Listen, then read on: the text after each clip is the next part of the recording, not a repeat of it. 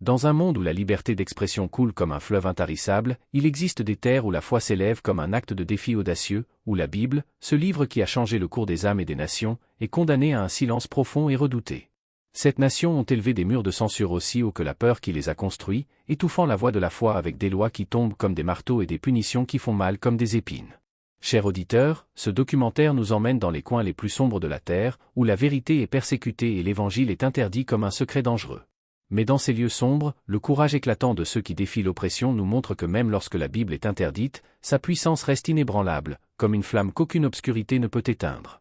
Avant de continuer, merci d'aimer cette vidéo, de vous abonner à la chaîne et d'activer la cloche de notification pour que YouTube vous avertisse chaque fois que nous mettons en ligne une nouvelle vidéo.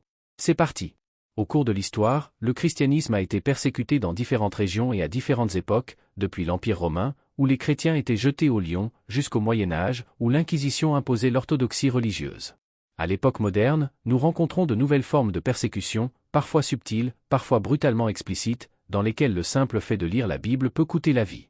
La Bible, qui pour beaucoup est source de foi et d'espérance, devient dans certains pays un symbole de résistance et de danger, même si la liberté de religion est un droit fondamental reconnu au niveau international. Pourtant, dans de nombreuses régions du monde, ce droit est violemment réprimé. Les raisons sont diverses et vont du contrôle politique à la protection d'une identité religieuse spécifique. Dans cette étude, nous allons non seulement identifier ces pays, mais aussi nous pencher sur les causes de cette répression. Dans ce contexte, nous comprendrons comment, au XXIe siècle, la possession d'une Bible peut être considérée comme un acte subversif et dangereux, qui remet en cause les structures de pouvoir et menace la stabilité des régimes qui craignent toute forme de dissidence. En explorant ces lieux, nous réfléchirons à la valeur de la liberté religieuse et au courage de ces frères et sœurs qui, malgré les conséquences, choisissent de rester fermes dans leur foi.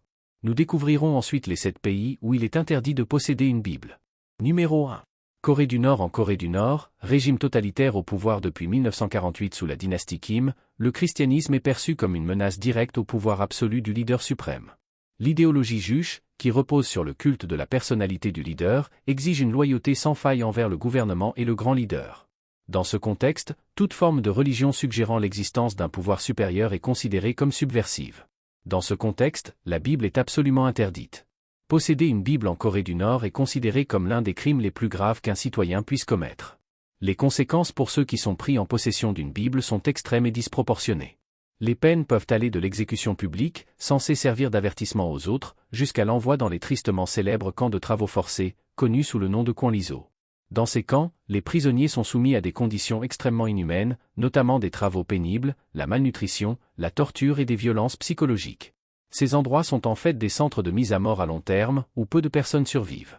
De nombreux témoignages de transfuges nord-coréens ont révélé l'horreur indescriptible à laquelle sont confrontés les chrétiens dans leur pays. Les histoires déchirantes de familles entières, y compris de jeunes enfants, envoyés dans ces camps de concentration simplement parce qu'elles ont été surprises en possession d'une Bible, ont choqué la conscience internationale. Malgré ces révélations, la situation des chrétiens en Corée du Nord reste l'une des plus critiques et des plus difficiles, et soulève une question urgente quant à la responsabilité de la communauté internationale d'intervenir et de protéger les droits fondamentaux de ces personnes. Numéro 2. L'Arabie Saoudite. Reconnue comme le cœur de l'islam, l'Arabie Saoudite abrite les villes les plus saintes pour les musulmans, la Mecque et Médine. En tant que gardien de ces lieux, le pays suit une interprétation rigoureuse de l'islam connue sous le nom de wahhabisme, qui domine tous les aspects de la vie publique et privée. Dans ce contexte, l'islam wahhabite n'est pas seulement la religion officielle, mais la seule religion autorisée. Toute autre pratique religieuse, y compris le christianisme, est strictement interdite et considérée comme une grave offense à l'État et à la société. Le gouvernement saoudien a établi un cadre juridique et social qui punit sévèrement la possession de textes religieux non islamiques. Ce contrôle s'exerce principalement par l'intermédiaire de la police religieuse, connue sous le nom de Mutawa, une force qui patrouille dans les rues et les espaces publics, veillant au strict respect des lois religieuses. La Mutawa a le pouvoir d'arrêter les personnes soupçonnées de pratiquer une religion autre que l'islam, y compris le simple fait de posséder une Bible. Les conséquences pour les personnes arrêtées avec une Bible en leur possession peuvent être graves. Les étrangers risquent l'arrestation, l'interrogatoire, l'expulsion immédiate et, dans certains cas, des châtiments corporels. Pour les citoyens saoudiens, les sanctions peuvent être encore plus lourdes, avec notamment de longues peines de prison dans des conditions extrêmement dures. Les expatriés chrétiens en Arabie Saoudite, qui sont pour la plupart des travailleurs migrants originaires de pays comme les Philippines, l'Inde ou l'Éthiopie, vivent sous surveillance constante. Ils savent que leur foi ne peut être exprimée publiquement et que même dans l'intimité de leur domicile, ils doivent prendre des mesures extrêmes pour cacher tout signe de christianisme. Un témoignage frappant est celui d'un travailleur étranger qui raconte comment il a dû cacher sa Bible dans les compartiments de sa maison, craignant qu'une visite inattendue du Mutawa ne fasse découvrir sa foi. Il ne pouvait la lire que dans la solitude de la nuit, quand il était sûr que personne d'autre ne pouvait le voir, toujours avec la peur latente d'être découvert. Cette situation de surveillance constante et de peur silencieuse crée un environnement où la pratique du christianisme devient un acte clandestin, un défi quotidien qui menace non seulement la liberté de culte, mais aussi la vie même de ceux qui osent maintenir leur foi dans un environnement aussi hostile. Malgré les restrictions strictes et le risque de représailles sévères, de nombreux chrétiens en Arabie Saoudite persistent dans leur foi, faisant preuve d'un courage et d'un dévouement qui défient les structures religieuses et politiques oppressives du pays. Numéro 3. Maldives connu dans le monde entier comme un paradis touristique avec des plages de sable blanc et des eaux cristallines, il cache une réalité beaucoup plus sombre et restrictive pour ses habitants. Derrière l'image idyllique qui attire des millions de touristes chaque année se cache l'un des pays les plus stricts en matière de contrôle religieux. Dans cette île de l'océan Indien, l'islam est la seule religion autorisée par la Constitution, et tout écart par rapport à cette foi est considéré non seulement comme une grave offense, mais aussi comme un acte de trahison envers l'État et la communauté. La Constitution des Maldives stipule que tous les citoyens doivent être musulmans, et cette uniformité religieuse est étroitement surveillée par le gouvernement.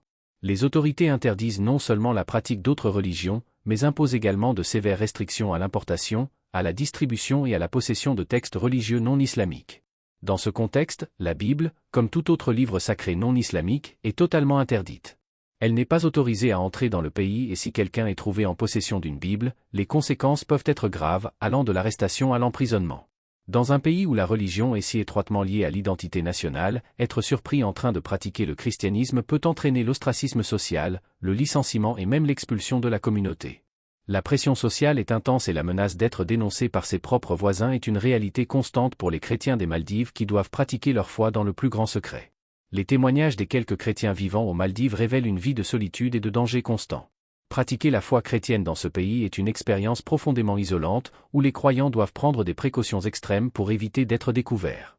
Un chrétien des Maldives raconte comment il a mémorisé des passages entiers de la Bible pour pouvoir les méditer, car posséder une Bible physique est tout simplement trop risqué. Pour lui et d'autres comme lui, la foi devient une lutte silencieuse, vécue dans l'ombre, où le simple fait de prier ou de lire les Écritures peut signifier la fin de leur vie telle qu'ils la connaissent.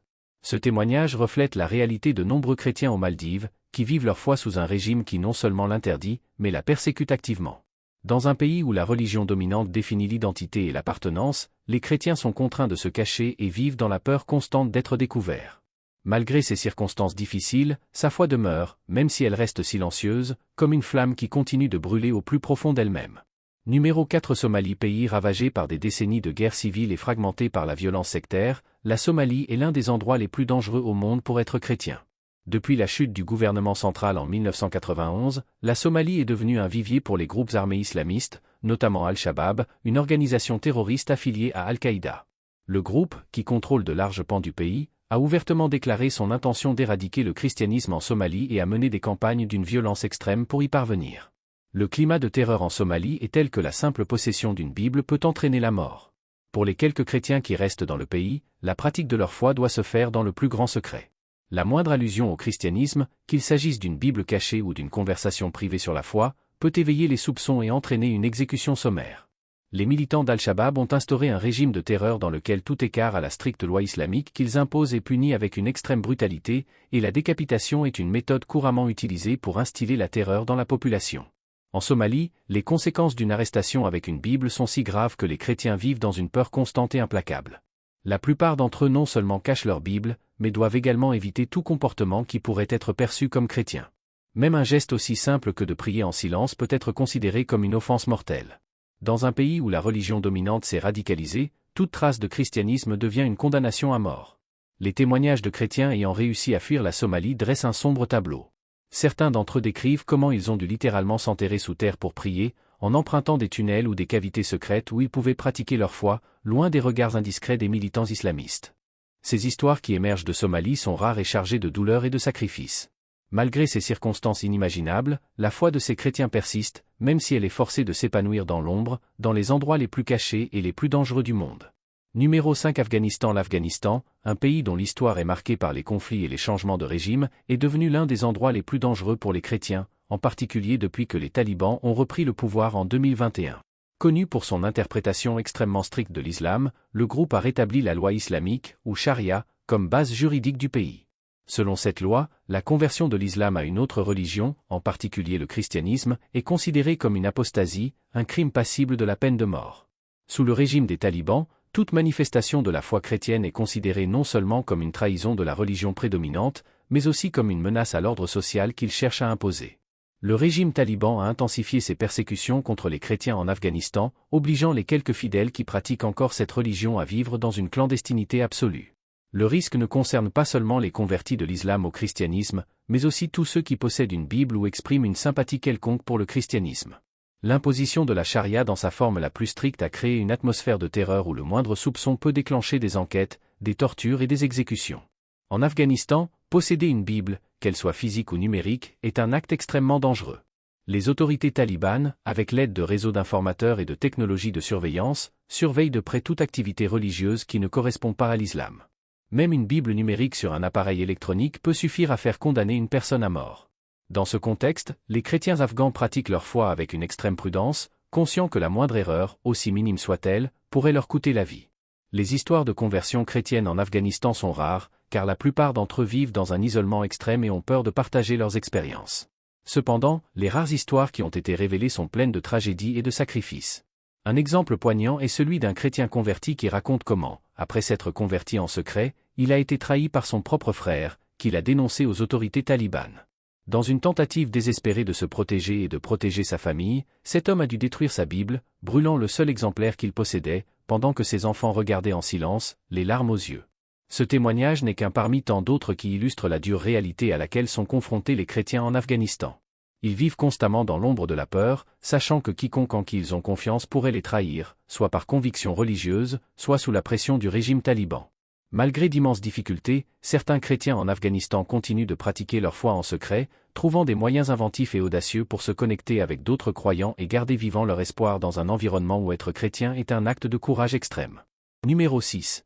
Pakistan. Le Pakistan, une nation dotée d'une riche histoire culturelle et religieuse, a été le théâtre de profondes tensions entre son identité d'État islamique et la présence de minorités religieuses. Bien que la constitution pakistanaise n'interdise pas explicitement la Bible ou la pratique du christianisme, le pays est entaché de lois extrêmement strictes sur le blasphème, fréquemment utilisées pour persécuter les minorités, notamment les chrétiens. Ces lois, introduites dans les années 1980, prévoient que toute critique de l'islam, du Coran ou du prophète Mahomet est passible de la peine de mort ou de la prison à vie. Dans ce contexte, la Bible, considérée comme un texte pouvant inciter à la critique de l'islam, devient un objet dangereux pour ceux qui la possèdent. Les lois pakistanaises sur le blasphème sont connues pour être vagues et sujettes à une interprétation large, ce qui permet des abus en cas de conflit personnel ou de discrimination religieuse. Les chrétiens du Pakistan, qui constituent une petite minorité, vivent sous une pression constante, craignant que toute action ou parole soit interprétée à tort comme un blasphème. La simple possession d'une Bible peut être considérée comme un acte de provocation et, dans de nombreux cas, a donné lieu à des attaques violentes de la part de foules en colère cherchant à se faire justice elles-mêmes avant que les autorités n'interviennent. Pour les chrétiens du Pakistan, posséder une Bible n'est pas seulement une question de foi, c'est aussi un risque permanent. Les communautés chrétiennes sont souvent surveillées et le moindre signe d'insubordination religieuse peut déclencher des accusations de blasphème. Dans des cas extrêmes, des chrétiens ont été attaqués par des foules en colère, leurs maisons ont été incendiées et leurs lieux de culte profanés. Le système judiciaire pakistanais, influencé par les pressions sociales et religieuses, ne parvient souvent pas à protéger les personnes accusées de blasphème, qui risquent une détention prolongée sans procès, la torture et, dans de nombreux cas, la mort. Le cas d'Aja Bibi est peut-être l'exemple le plus connu des terribles conséquences des lois pakistanaises sur le blasphème. Aja Bibi, une chrétienne d'un petit village, a été accusée de blasphème en 2009 après qu'un désaccord avec des voisins musulmans au sujet de l'eau potable d'un puits a donné lieu à un échange de propos houleux sur sa foi. Elle a ensuite été arrêtée et condamnée à mort. Elle a passé près d'une décennie dans le couloir de la mort avant d'être acquittée en 2018, sous une intense pression internationale. Pendant son incarcération, Aja Bibi a subi des menaces constantes et a vécu dans des conditions déplorables. Sa famille a également été harcelée et a dû se cacher pour éviter les représailles. Le cas d'Aja Bibi met en lumière le danger constant auquel sont confrontés les chrétiens au Pakistan, où le simple fait de défendre leur foi peut entraîner des accusations de blasphème et des souffrances indescriptibles. Ce climat de surveillance et de danger constant oblige les chrétiens à pratiquer leur foi en secret, ce qui limite considérablement leur liberté religieuse et leur droit de vivre sans crainte. Numéro 7. L'Iran. L'Iran, une nation avec une histoire riche remontant à des milliers d'années, est aujourd'hui un pays gouverné par un régime islamique chiite strict. Depuis la révolution islamique de 1979, qui a renversé le dernier Shah, Mohammad Reza Pahlavi, et donné le pouvoir à l'ayatollah Ruhollah Khomeini, l'Iran est sous un système théocratique qui combine autorité religieuse et autorité politique. Ce régime impose la loi islamique ou charia comme base de l'ordre social et juridique du pays et contrôle étroitement toutes les activités religieuses. Bien que la constitution iranienne reconnaisse officiellement certaines minorités religieuses comme les chrétiens, les zoroastriens et les juifs, cette tolérance est superficielle. En réalité, les convertis de l'islam au christianisme, ainsi que ceux qui tentent d'évangéliser, sont confrontés à une persécution sévère et systématique. Le gouvernement iranien considère la conversion au christianisme comme une menace directe à l'identité islamique du pays et une forme de subversion contre l'État. Cette peur se traduit par une répression intense de toute activité chrétienne, en particulier celle liée au prosélytisme. En Iran, la distribution de la Bible est totalement interdite et toute tentative de transmettre ou d'enseigner le christianisme est sévèrement punie. Les réunions d'études bibliques chrétiennes, souvent organisées en secret dans des maisons privées, sont la cible constante de raids de la police religieuse. Ces rassemblements clandestins, connus sous le nom d'églises de maison, sont considérés par le gouvernement comme des tentatives de saper le régime et les dirigeants de ces congrégations sont persécutés avec une férocité particulière. Les autorités iraniennes ne cherchent pas seulement à démanteler ces réseaux, mais tentent également d'intimider la communauté chrétienne en procédant à des arrestations et à des incarcérations prolongées. Les chrétiens arrêtés sont souvent accusés d'atteinte à la sécurité nationale, une accusation vague qui permet au gouvernement de justifier pratiquement n'importe quelle mesure répressive. En prison, nombre de ces chrétiens sont soumis à des conditions inhumaines, notamment à la torture physique et psychologique, dans le but d'obtenir des aveux ou de les forcer à renoncer à leur foi. Le témoignage d'un pasteur chrétien iranien, arrêté en pleine nuit par la police secrète, est particulièrement choquant. Il dirigeait une petite congrégation de chrétiens et distribuait des Bibles en farsi à ceux qui souhaitaient en savoir plus sur le christianisme. Son arrestation a été menée avec la brutalité caractéristique des forces de sécurité iraniennes. Le pasteur a été enlevé de chez lui sans avertissement, devant sa famille terrifiée, et emmené dans un lieu inconnu. Durant son emprisonnement, il a été soumis à des mois de torture. Les autorités ont tenté de briser sa volonté en le frappant, en l'isolant et en menaçant constamment d'exécuter sa famille s'il ne coopérait pas. Malgré ce traitement, le pasteur a refusé de renoncer à sa foi ou de révéler les noms des autres membres de son Église. Après des mois de souffrance, il a été libéré, mais à la condition stricte de quitter le pays immédiatement. Contraint de laisser derrière lui tout ce qu'il connaissait, le pasteur a fui l'Iran, cherchant refuge dans un pays où il pourrait pratiquer sa foi librement. Cette histoire n'est pas un cas isolé, mais une représentation de la dure réalité à laquelle sont confrontés les chrétiens en Iran. La combinaison de la répression étatique, de la surveillance constante et de la menace de violence a créé un environnement dans lequel la foi chrétienne ne peut être pratiquée qu'en secret et au péril de sa vie. Malgré ces défis, de nombreux chrétiens en Iran continuent de se réunir en secret, de prier ensemble et de partager la Bible dans la clandestinité, faisant preuve d'un courage et d'une dévotion inébranlables. Leur résistance face à l'oppression est un puissant témoignage de la foi qui, malgré toutes les adversités, continue de prospérer dans l'ombre d'un régime qui cherche à l'éradiquer. Chers auditeurs, il est déchirant de penser que si beaucoup d'entre nous peuvent lire la Bible librement, des millions de personnes dans le monde risquent leur vie pour accéder à ce livre sacré. Cela devrait nous amener à réfléchir et à valoriser ce que nous avons. Souvent, avec une Bible entre les mains, nous cessons de la lire et, même si nous avons un lieu pour nous réunir, nous ne le faisons pas. Il est temps de nous réveiller et de valoriser ce qui nous a été donné, comme le Seigneur Jésus nous l'enseigne dans l'Évangile de Luc chapitre 12 verset 48. Mais celui qui ne l'a pas connu et qui a fait des choses dignes de coups, sera battu de peu de coups. Car on demandera beaucoup à qui l'on a beaucoup donné, et on demandera davantage à qui l'on a beaucoup confié. Ce verset renferme un principe fondamental, plus on nous accorde de privilèges, plus nous serons tenus responsables. Considérez, par exemple, la facilité avec laquelle beaucoup d'entre nous peuvent accéder à une Bible, la lire en paix et se rassembler librement, alors que d'autres dans différentes parties du monde n'ont pas cette possibilité en raison des restrictions et des persécutions sévères auxquelles ils sont confrontés. Si vous avez la chance d'avoir une Bible entre les mains, alors que d'autres ne peuvent même pas en posséder une pour les raisons que nous avons évoquées, demandez-vous, à qui, selon vous, Dieu demandera-t-il davantage? C'est un appel à une profonde réflexion, à reconsidérer la valeur que nous accordons à notre foi et à la parole de Dieu qui nous a été si facilement donnée. Il est crucial que nous apprécions non seulement ce privilège, mais que nous l'utilisions à bon escient. La facilité avec laquelle nous pouvons accéder à la Bible et pratiquer notre foi nous place dans une position de responsabilité. Nous ne devons pas être complaisants ou indifférents. Nous devons saisir toutes les occasions de renforcer notre relation avec Dieu, d'étudier sa parole et de vivre selon ses enseignements. Chers auditeurs, ne laissez pas le réconfort vous faire oublier la valeur inestimable de ce que vous avez. Réfléchissez à votre engagement envers la foi et à l'importance d'apprécier ce dont beaucoup d'autres ne peuvent que rêver. Enfin, il est de notre responsabilité en tant que croyants de prier pour nos frères et sœurs du monde entier qui subissent des persécutions inimaginables à cause de leur foi. Nous devons prier avec ferveur pour ceux qui, malgré les menaces, la violence et l'oppression, restent fidèles à leur foi en Christ. Que nos prières les fortifient et que leurs témoignages nous inspirent tous à valoriser et à défendre la liberté dont nous jouissons. Chers auditeurs, je vous invite à vous joindre à cette prière pour renouveler notre engagement envers Dieu et sa parole. Que ce soit le moment de consacrer à nouveau notre vie au Seigneur, en appréciant le privilège d'avoir accès à sa vérité. Et pour terminer, prions ensemble pour nos frères et sœurs persécutés à cause de leur foi, en demandant à Dieu de les fortifier et de les protéger au milieu de leurs tribulations. Cher Père Céleste, aujourd'hui nous venons devant toi avec un cœur humble, reconnaissant l'immense privilège que nous avons de pouvoir lire ta parole et de t'adorer en toute liberté. Nous te demandons pardon pour les fois où nous avons pris ce don pour acquis, et nous te demandons de renouveler en nous un profond amour et une profonde révérence pour ta parole. Aide-nous à nous réengager à étudier les Écritures, à vivre selon tes enseignements et à te rechercher de tout cœur dans tous les aspects de notre vie. Seigneur, en ce moment, nous voulons également élever nos prières pour nos frères et sœurs du monde entier qui sont persécutés à cause de leur foi en toi. Tu connais leurs souffrances, leurs peurs et les épreuves auxquelles ils sont confrontés chaque jour. Nous te demandons de leur donner la force, le courage et une paix qui dépassent toute compréhension. Qu'ils sentent ta présence proche au milieu de leurs tribulations et que leur foi reste ferme malgré les adversités. Nous prions, Seigneur, que tu ouvres des chemins là où il semble n'y en avoir aucun, que tu les protèges de ceux qui cherchent à leur faire du mal et que, grâce à leurs témoignages, beaucoup d'autres puissent te connaître. Fortifie l'Église dans ces lieux de persécution et permets à ta lumière de briller encore plus fort au milieu des ténèbres. Nous te le demandons au nom de Jésus. Amen. Et nous arrivons ainsi à la fin de cette vidéo. Merci de faire partie de notre chaîne. Que Dieu vous bénisse abondamment. Jusqu'à la prochaine vidéo.